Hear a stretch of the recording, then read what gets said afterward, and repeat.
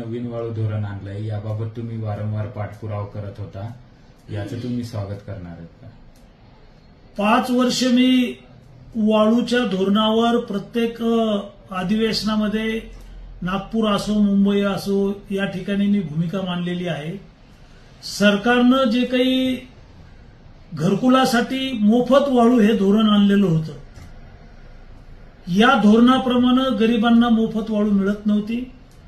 मोठ्या प्रमाणावर पंतप्रधान आवास योजनेची घरं, माता रमाई योजनेची घरं, शबरी योजनेची घरं, राज्य सरकारच्या मोदी आवास योजनेची घरं, अहिल्याबाई होळकर योजनेची घरं आणि यशवंतराव चव्हाण योजनेची घरं, याला मोफत वाळूचं धोरण होतं, मात्र मोफत वाळू मिळत नव्हती।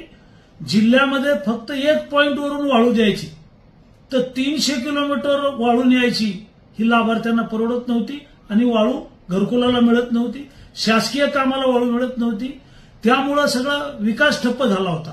मी अधिवेशनात आवाज उठवला, भूमिका मांडली।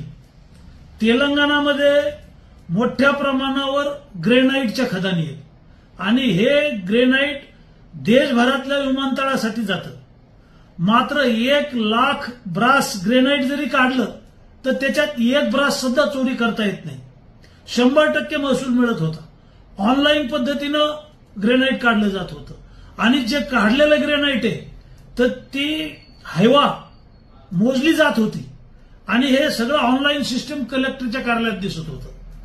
हे ऑनलाईन तेलंगणामध्ये महसूल मंत्र्यांच्या कार्यालयात दिसत होतं। त्याच पद्धतीनं महाराष्ट्रामध्ये धोरण बदललं पाहिजे वाळूचं आणि मोफत वाळू प्रत्येक तालुक्यात जिथं जिथं लिलाव झाला किंवा जिथं जिथं पॉइंट काढले तिथं मोफत वाळू दिली पाहिजे। हे धोरण सरकारनं बदललेलं आहे। 100% सगळ्या घरकुलाला वाळू देण्याचं सरकारनं मान्य केलंय आणि ती मोफत वाळू मिळेल अशी अपेक्षा आहे।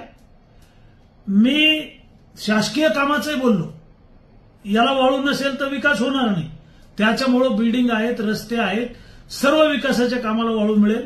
650 रुपये ब्रास प्रमाणे वाळू मिळेल। राज्याच्या मुख्यमंत्र्यांची मी भेट घेतली, देवेंद्रजीची, त्यांना निवेदन दिलंय आणि ही सगळी माहिती दिली होती। माननीय बावनकुळे साहेबांची भेट घेतली, त्यांना ही सगळी माहिती दिली आणि वाळूच्या संदर्भात जो महाराष्ट्रामध्ये वाळू माफियांचा धुडगूस चालू आहे, हैदोस चालू आहे, अधिकाऱ्यांना मारहाण करतात आणि हे सगळं थांबवायचं असेल तर धोरण बदला। सरकारनं हे धोरण बदललं। मुख्यमंत्री महोदयांचे, महसूल मंत्री महोदयांचे मी आभार मानतो।